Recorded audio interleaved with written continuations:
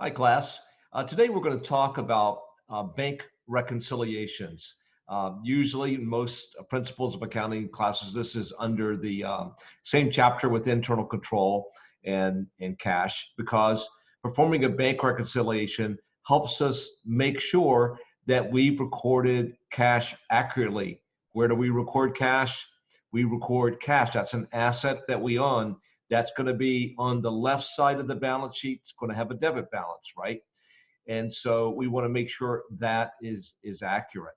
So let's just think about this a minute. Why is this so important?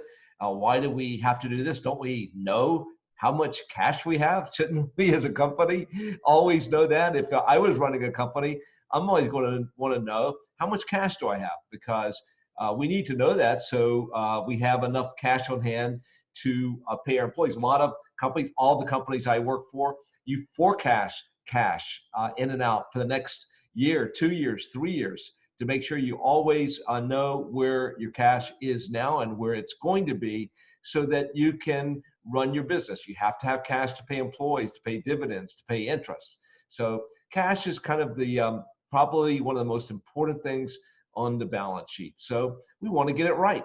Now, let's think about this for a minute. Uh, want cash be right? If every time we pay something, we cut a check or we pay something from our business funds, that's a reduction in cash, right? And so we record reductions in assets with credit. So every time we pay something, cut a check, whatever, we know we did that. We're gonna go in and do a journal entry. We're gonna credit cash, and we're gonna debit whatever this other side of that, whether it was we bought an asset or paid for an expense or reduced a liability. We'll have a debit, we'll have a credit, but the credit will be a reduction in cash. On the other hand, every time we receive cash, we're going to debit cash. So therefore, it just, you would think that we know how much cash we paid, how much we received. And as long as we're doing all of our journal entries, we could just look at our books and records. We call them books, that's the journal ledger. We can look at our books and say, I know how much cash I have. Guess what? No, you don't. You are missing some things. What are we missing? Well, the bank will do some automatic transactions for us. They may charge us fees, for having a bank account with them and all the credits we write off of them. Hey, some of the checks we receive from customers, they may be bad checks. And we'll find out from the bank, hey, that check that you deposited last week, no, it's what we call NSF, insufficient funds check. So something we recorded an increase in cash for a check we received, we debited cash, but we don't really have that cash. So there's things that are happening on the bank statement that on the bank side of things that we don't know about. So our books are not right. Well, that should be easy then. Let's just go pull down the bank statement. The banks, don't they know how much cash we have? I would think so. Man, I want a bank with a bank as a company that knows how much cash I have. Doesn't that make sense? Well, guess what? No, the banks, there's a lag, a timing lag between when we cut a check and when that money comes out of our account. If you ever walked into a bank and they say, hey, any deposits after 3 o'clock today, that's going to be deposited. You won't get credit for it until tomorrow. And so there's a lag. And so the information on the bank side is wrong also. Oh my God. How do we know how much cash we have? The books are wrong because you're missing information from the bank side. Oh man, the bank is wrong. They're missing stuff from the book side. So we got to figure this out. And this is, what we call it, a bank reconciliation. We're going to reconcile the balances on the book side, the journal ledger side, and we're going to reconcile it to what? The bank statement. So on the bank side, we're going to add and subtract everything that the bank doesn't know about yet. And on the book side, we're going to add and subtract everything we found out from looking at the bank statement. And when we add and subtract all these down on both sides, guess what? If we do it perfectly, we're going to get to an agreement, a reconciliation between the bank side and the book side. And at that point, voila, congratulations, you know how much cash you have. So at the end of every month, usually at the end of every accounting period, we're going to perform a bank reconciliation, and we are going to, through this process, know how much cash we have. I will just note one last thing. On the book side, there's a lot of stuff the bank's doing we don't know about. So we have to go in and add and subtract to the book side all these amounts that we're finding out for the first time from the bank statement. Well, guess what we have to do? We have to go record journal entries for everything that's going to be on the book side of a bank reconciliation. How about the bank side? Do we record journal entries for those? No, we already did.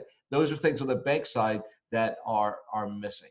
So with that, I'm going to share my screen here, and we're going to get started. I'm going to do 2 or 3 bank reconciliations with you on this video.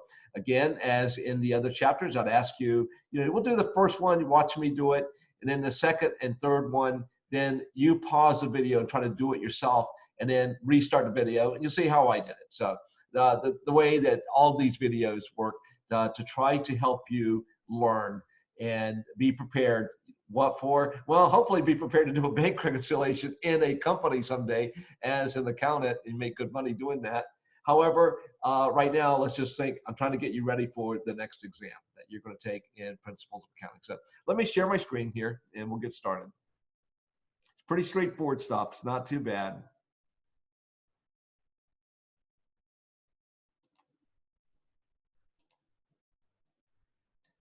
All right. Let's hopefully nothing bad pops up here on sharing my screen. No, only good stuff. I only do good stuff here. All right, we'll put this down a little bit and we'll put, you can be able to see my face. That's not the best part of this course for sure. And we'll put this up here. This should work pretty good. Hopefully you guys can see that. If you can't see it, I don't know what I can do about it because you can't call me. Don't call me. You might be watching this late at night or whatever. So, all right, here you go. So if you look to the left side over here, we have the balance. I'm looking at the Excel spreadsheet over here. Let me use my cursor right here. Here's the first example, bank reconciliation facts. You're looking like you look at the left side of your screen there. And so the balance for the books, so we look at our books, and it says that we have $75,000. And on the bank statement, it says, no, you only have $33,000. Now, if I had you in class, I would say, which one do you believe? I think I would believe the bank first before my own set of books, because maybe people are making errors in the books, and that could be a problem, so we don't know. Well, guess what? Both of these are wrong, again, because they're both missing information from the other side, and that's what we're going to do here. Now, with the bank reconciliation, we'll make it easy for you. For every single item, and we've got 8 items here that we're going to talk about, there are 2 questions you've got to ask. And it's just so common sense, straightforward. This should be easy for you. And you can just like knock out this next exam, I'm sure. So question 1, hey, where is this item missing? Is it on the bank statement, but not on the books? It's missing on the books. If it's missing on the books, then I'm going to put it over here, add or subtract it to the books. If it's missing on the banks don't have this information yet. I'm going to add or subtract it to the bank because I'm trying to get down to the right balance on both sides, and they should agree. So that's question 1. Hey, where is this item missing? Question 2, do I add or do I subtract? Again, both of these questions are easy. So never, ever, please do not be intimidated by a bank reconciliation. That is, this is too easy for you. Again, you guys all passed probably a lot harder math classes than this. This is all more logic based. Okay, so we look at item number 2 here. The ledger, that's a general ledger. That's saying that we have a deposit, $75,000 that we deposited in the bank statement, and it's not on the banks. We recorded debit to cash for how much? $75,000 because we knew about it, but guess it's missing on the bank statement. Why? It's in transit. If you look at this, where's my cursor here? Deposits in transit right there. And that's what we call a deposit in cash that we've taken down to the bank, we've given it to the teller, and they say, here's our $75,000. And they say, thank you, we'll give you credit, but it may not be today. We may have been late towards the end of the day. It'll be the next day, which might be the next month. And so generally, we always have some deposits of cash that are in transit. So where is it missing? It's missing on the bank side. Was that a plus or a minus to cash? Well, that would be a plus. I'm going to add it. Deposit, I'll put a plus there to make sure it's easy. Deposit in transit. How much is it? $75,000. Okay, item 2. For what we call outstanding checks. These are some new terms for you: deposit in transit and outstanding check. An outstanding check means these are checks that we wrote and we recorded journal entries for, but they have not made it to the bank. There's always a lag. You write a check, maybe you're with JP Morgan, and your check is a JP Morgan check, and you write it, you give it to your landlord. Let's say when you're paying your rent payment, the landlord banks with, let's say, Bank of America. So you give that check to your landlord. He takes it to his bank. His bank, Bank of America, sends it over to JP Morgan, and JP Morgan takes it out of your account. There's a lag. It could be 3 to 5 days. Maybe the landlord's slow taking it down there to give it to his bank. That could be another problem, right? So there's always checks that have not made it, that are not recorded by the bank yet. And so these are missing on the bank statement. And so we've got 3 outstanding checks. Again, question 1, where is it missing? The bank side. Question 2, plus or minus? It's a check. I wrote a check. The company wrote a check. It's a reduction in cash that's missing. If the banks had knew about these checks, they would reduce our cash balance, but they don't know about it. They're still sitting on $33,000 in cash. So we've got to do outstanding. I like to do this for checks. That stands for outstanding checks. I've got number 100, number 101, and number 102. And these are a minus, as we said, minus 1,500. Let me put it on the right line item.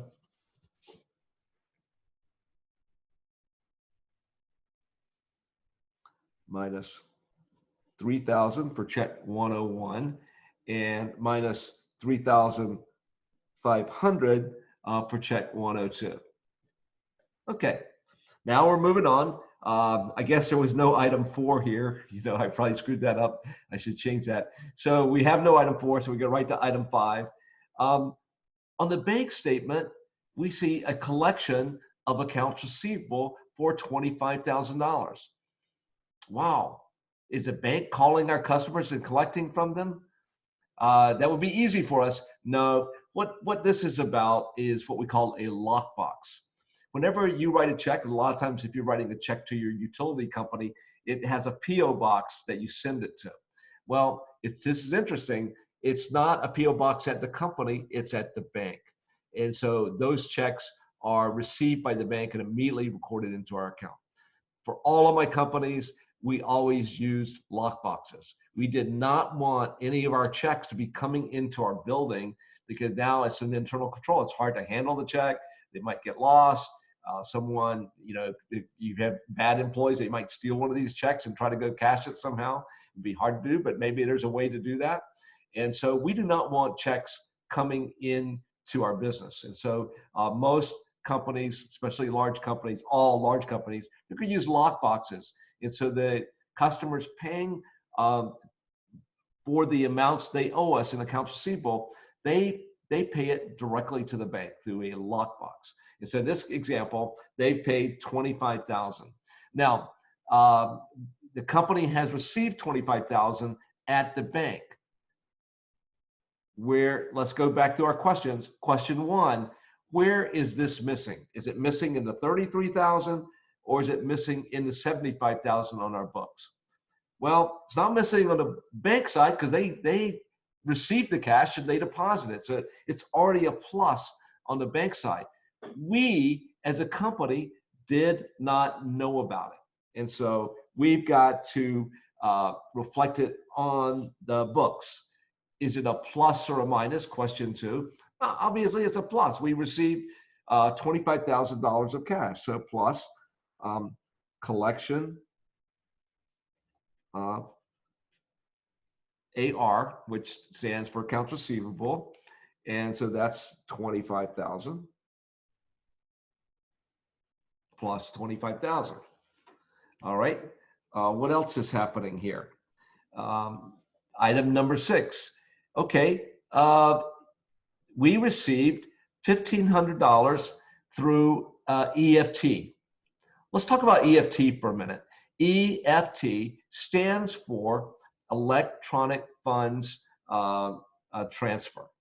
And so I don't know about you, but everything that I pay, my wife and I pay, we put it on EFT. So our cable bills, our utility bills, everything is automatically drafted out of our bank account through an EFT. We don't have to write a check. We're never late. In fact, we always tell them, you just draw it out on the last day possible when it's due. So we actually get to hold on to that cash longer with an EFT instead of trying to bet by putting a check in the mail that could get lost. So EFT is very good for consumers. I like EFT transactions. Now, let's think about it from the other side. The companies, they're receiving all these EFTs, all the cable companies and utility companies, they're receiving all this cash from their customers electronically right into the bank, their bank accounts. So, but they don't know about it yet because the bank knows about it, but they don't know about it. So now here is a $1,500 receipt of dividend revenue, EFT. So EFT's receipt, where is it missing? It's not missing on the bank because the bank records EFTs. It's missing on the book side. Is it a plus or a minus? It's a plus because we received $1,500. So plus EFT dividend revenue, and this was plus 1,500. Now we want to put enough of a description here because we've got to go do a journal entry. We've got to go debit cash for 1,500 and credit dividend revenue. So we got to put enough information there. Item number 7, I'm moving down to number 7, bank service charge. So the bank has charged us $500 for all the stuff they're doing for us. Banks, there may be a whole bunch of services they're providing here. And so obviously the bank knows about it. They've deducted it. Where did we see it? It was on the bank statement. So in this 33,000, they've already subtracted 500 for a bank service charge. So where's it missing? Missing on the book side. Plus or minus? It's a minus. Bank service fee, 500. So we're going to have to go credit cash for 500 and debit bank service fee expense. It'll be journal entry we'll do. And then finally, number 8 is another EFT, but look at this EFT. It's a payment, not a receipt of cash, because companies, just like consumers, will create EFTs for a lot of different things. Maybe insurance expense like this example, utility bills. Companies like using EFT, also saves them money. They don't have to go write a check. They just let these things come straight out of their bank account. So here, EFT again, EFTs are always missing on the books because the bank is processing those. They are aware of them and they are reflected on the bank statement, but they're not on the books. Now here, this EFT is a payment, reduction of cash, so therefore it's going to be minus EFT insurance expense.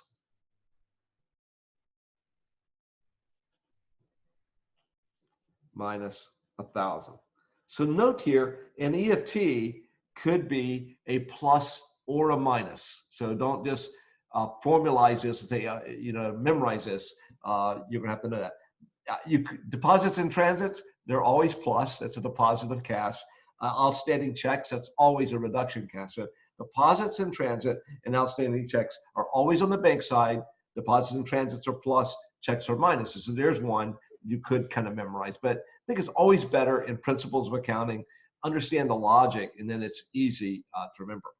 Now, we've got all of these, really 7 transactions that we're missing there. Now all we do is we add down, add and subtract. So I got 33 plus 75, that's 108, minus 8,000, 100,000. So the bank statement, in fact, would have said 100,000 if they'd have known about these transactions. Let's go to the other side, the book side. I got 75 plus 100, that's 100, plus 1,500, that's 101, 500, minus 1,500 there. Guess what? 100,000. Check, check.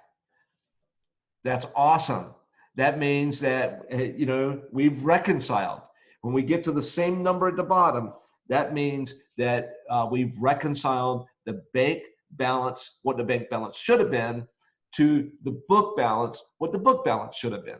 And so when you're in the accounting department and you got like thousands of these transactions, when you get down to the bottom and they agree, it's a celebration time. You're really happy because your work is done. If they don't agree, it means that you're missing something, either on the book side or the bank side. You got to go find it. Sometimes that's like searching for a needle in a haystack. So you're pretty happy when on these balance. Guess what? How much cash do we have? How much cash do we have? We have 100,000 in cash. So now we know how much cash we have. What is going to show up on the balance sheet under the cash line item under assets? 100,000 for cash. Now to make that happen, though, we've got to go do journal entries for all these things that we're missing. And I think I have, let's see if I have these journal entries here.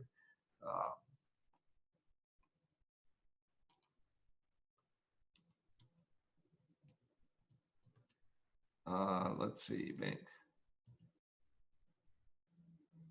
I don't think I did the journal entries for these. Let's see. No, didn't do it. All right, here you go. Well, we could go back and just talk about it, I guess. If we come back over here, I'm going to debit cash for 25,000, credit AR because I received that AR. I'm going to debit cash. So all the increase is going to be debits to cash, and I'm going to credit dividend revenue. I'm going to now credit cash for 500 and debit my bank service fee expense. And I'm going to credit cash for 1,000 and debit insurance expense. And after I do these journal entries, my T account for cash is going to read 100,000 as it should, and that 100,000 will go to the balance sheet. All right, guys, let's. What I'd like you to do is the next problem. Let's pause the video here, and you go work this. You could, create your own little template like that to make that work, and then you do a bank reconciliation. You do it on a easy 8.5 by 11 piece of paper. It should be pretty easy for you.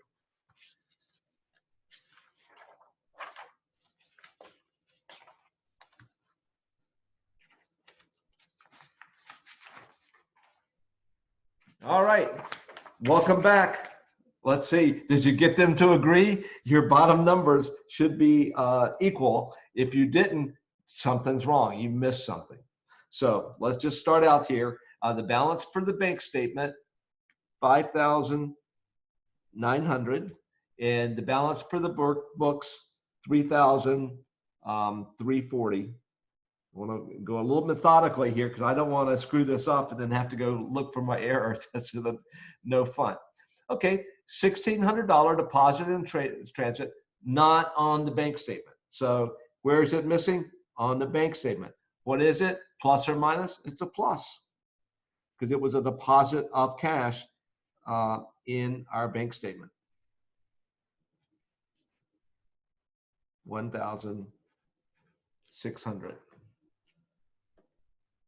Item number 2. Oh, here's a new one. The bank made an error. That's crazy. The bank made an error. They deducted $100 from our bank account for a check that was related to another company. Oh man, that is crazy. If I had not done a bank reconciliation, I would have never caught it. And that other company would have won, and I'd be out $100 for my company. So here you see why it's really important for companies to do bank reconciliations. We had probably 400 or 500 accounts at the companies where I worked. I was the chief accounting officer for 2 companies, and if my divisions and my accountants in my divisions, which were all over the world, were not doing bank reconciliations, I would not have been happy. One time I asked everyone on the spur of the moment, whole world, send me your bank reconciliations in the next 3 hours. If you don't send it to me, I'll assume that you're not doing them. And so I had a stack on my desk. It was crazy high stack of bank reconciliations. Unfortunately, they were in Chinese, Portuguese, from Brazil, and German. It was crazy. I couldn't read any of them, but at least I knew they had done them, and because that's how they're important. So back here to this class, the bank deducted 100, bank error. So I'm going to call the bank and I'm going to ask them, hey, add that 100 back to my account. You guys screwed up. So it's wrong. I don't know if it's on the bank statement. We got to correct the bank statement, and it's going to be an add back because after I call them, they're going to say, oh, we're sorry for that. We're going to give you your $100 back. So that's going to be a plus 100. So errors could go in either direction. Number 4 outstanding checks. They're missing on the bank statement. So on the bank side, and they're a minus. And it's number 337, 338, 339, and 340. So we wrote these 4 checks, and they haven't made it to the bank statement yet. Minus 280, minus 320, minus 250. Obviously, the second question is a minus because this is a check there's cut. All right. Number 5, EFT. EFT is always missing on the book side. It's on the bank statement, not on the book side. And so this is a receipt. So it's going to be a plus EFT dividend revenue. I'm going to abbreviate there, plus 900. Number 6, the bank has collected $2,100 of receivables for us. And so it's on the bank statement. That's where we find it, missing on the books. So, and that is an increase. So plus collection of AR plus 2,100. And then number 7, interest revenue of $30 on the bank. That's on the bank statement, missing on the books. So the bank is giving us some interest on the money that we're keeping at the bank, not a lot. Be more like today's world, very low interest rates, plus 30. So these are pretty easy, except when you get to number 8. There's an error on the book side. These errors are always a little bit hard. We know it's an error on the book side, so we got to put it on the book side. Is it an add or subtract? We've got to think about it a little bit because if we, let me see where I can write. We recorded a check minus 510, but it should have been only minus 150. Someone reversed, someone was key punching, and they made an error when they key punched this. I was moving too fast maybe. So we reduced the book side by 510, but we shouldn't have. We should only have reduced it by 150. Therefore, we got to add back that difference. What's the difference in these two? Oh, you know what? You can't even see my problems here. I apologize for that.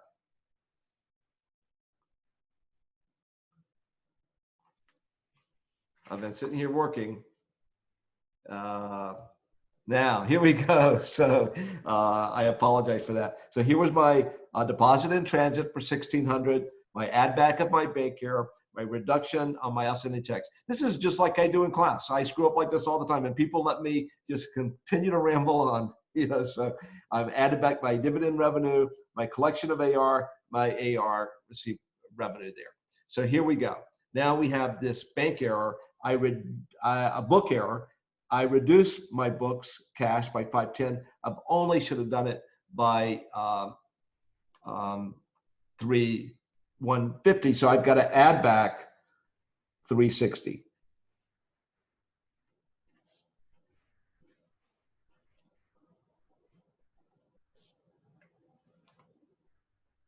Let me move this over a little bit.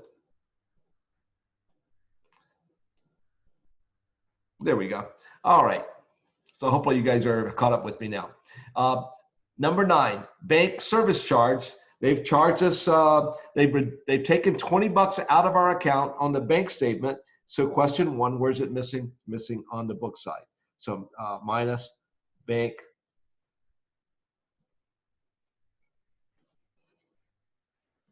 service charge minus 20.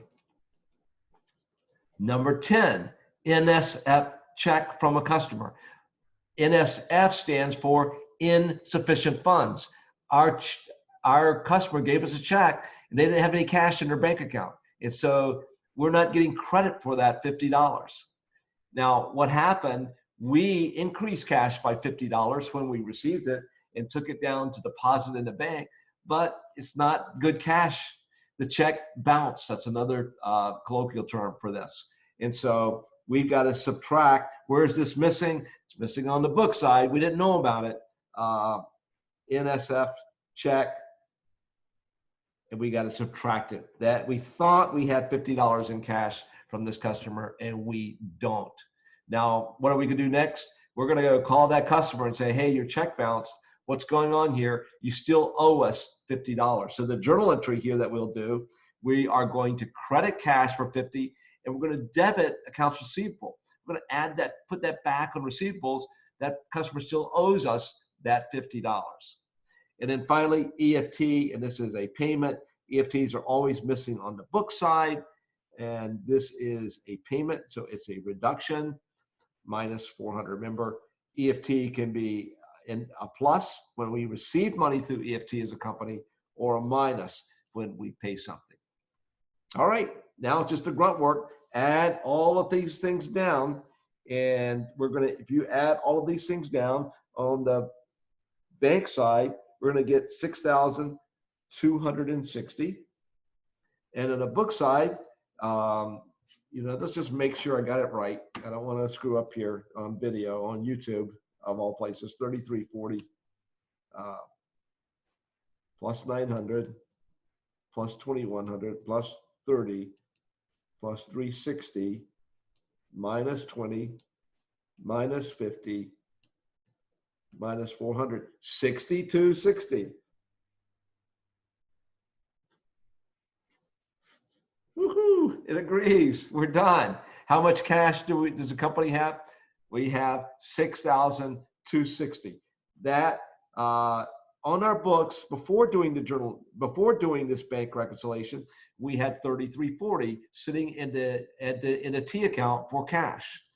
Now we're going to do journal entries, debits to cash for these 4 items, credits to cash for these 3, and now our books and records are going to equal 6,260, and that will go on the balance sheet.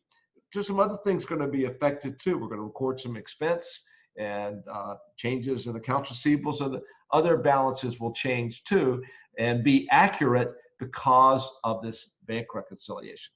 All right. Here we go here. Let's do another one. By the way, here's some of the journal entries from that one that we would have done. Dividend revenue, so you can pause the video and look at those. Those are the ones that we would have done as a result of this bank reconciliation. And you can see here the cash account started with 3340, You get the 4 debits and the 3 credits, and we end up with 6260. So you can see what we would have done as a result of this bank reconciliation. BB stands for the beginning balance of cash, obviously a debit. We got our 4 debits from the bank rec, our 3 credits, and we end up with the ending balance of 6,260. I'll pause here just for a minute, let you reflect on this. All right, here you go. Your turn to go do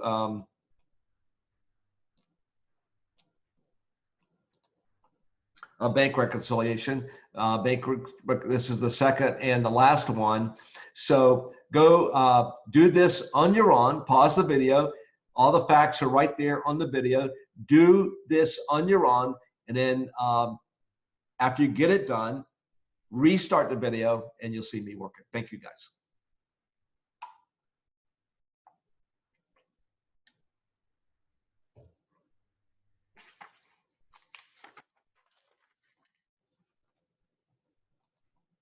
All right, at least this time, you know, I remember to get the whole video here going. All right, so let's see. Item number 1, the balance per the bank, 2,600. All right, that's my first line. And the balance per the books for the general ledger in the or the T account for the cash account, it says right now 5,200.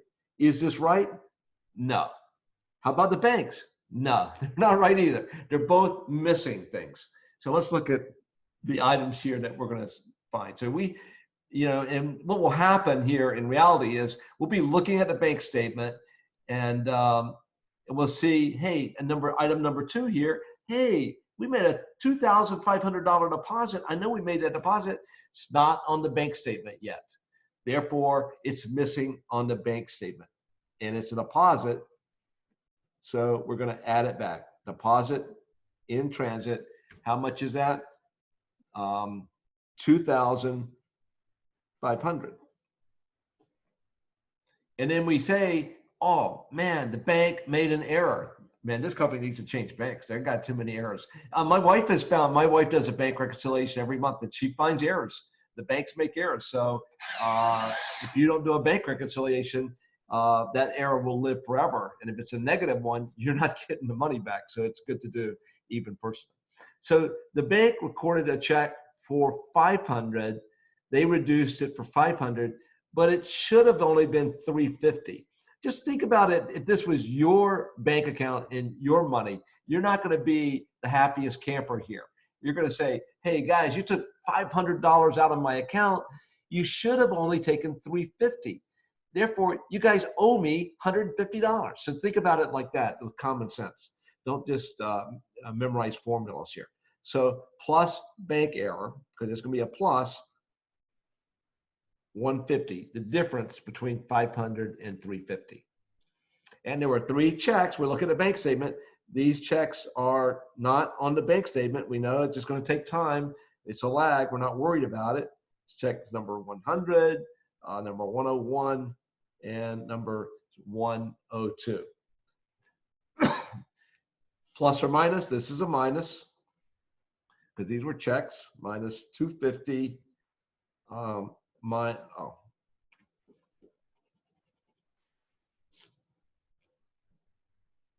Check 100 was 200, check 101, 250, and 102, $50.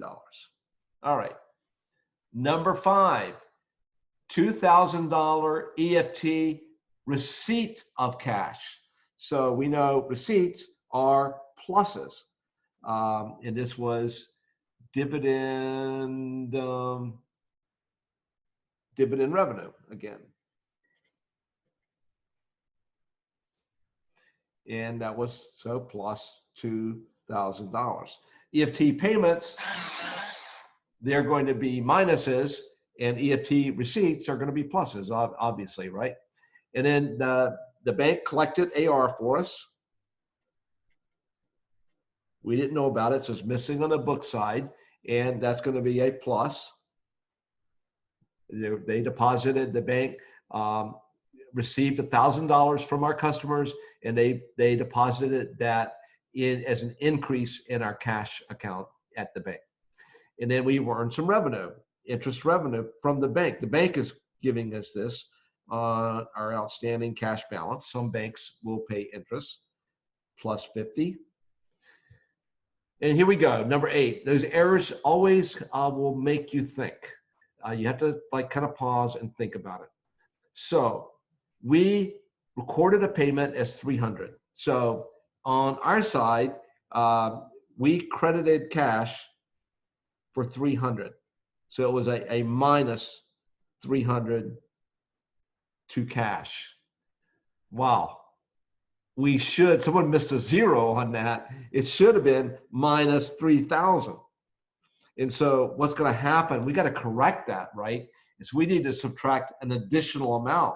We only subtracted 300. We need to subtract 3,000. So we need to subtract an additional 2,700. So it's certainly missing on our side.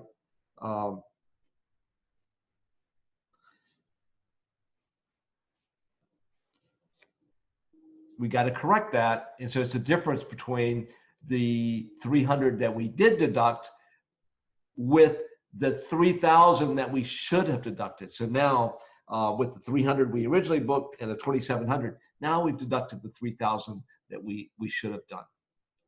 Number 9, bank service charge of $100. That is a reduction. Obviously, we didn't know about it. It's missing on the book side. Bank service charge is minus 100. And number 10, another insufficient check from a customer. That's a minus. We have that $200 check is in this 5,200 as a plus. Well, it wasn't a good check, so we got to take it back out now. So insufficient check minus 200, and we have an EFT payment. We're rolling home here on this whole deal of 500. All right, I have a cheat sheet here just to make sure I get these right. I would not want to screw this up on video here. So plus 2,600, plus 2,500, plus 150, minus 200, 250. Yeah, add all these and then subtract these. You get to 4,750. 5,200 plus 2,000 plus 1,000 plus 50 minus 2,700 minus 100 minus 200 minus 500. Also 4,750. Go celebrate. You got it done. Now you're not done yet as an accountant. If you're in a company, you got to go do journal entries for everything missing on the book side. Do we do journal entries for the bank side? No, we don't, because those amounts are already reflected in the 5,200. They're missing from the bank side, and they will be, because of a lag, they'll be probably reflected on next month's bank statement. So with that, guys, that is how you do a bank reconciliation. Wish you the best of luck on this, and thank you for listening to my video.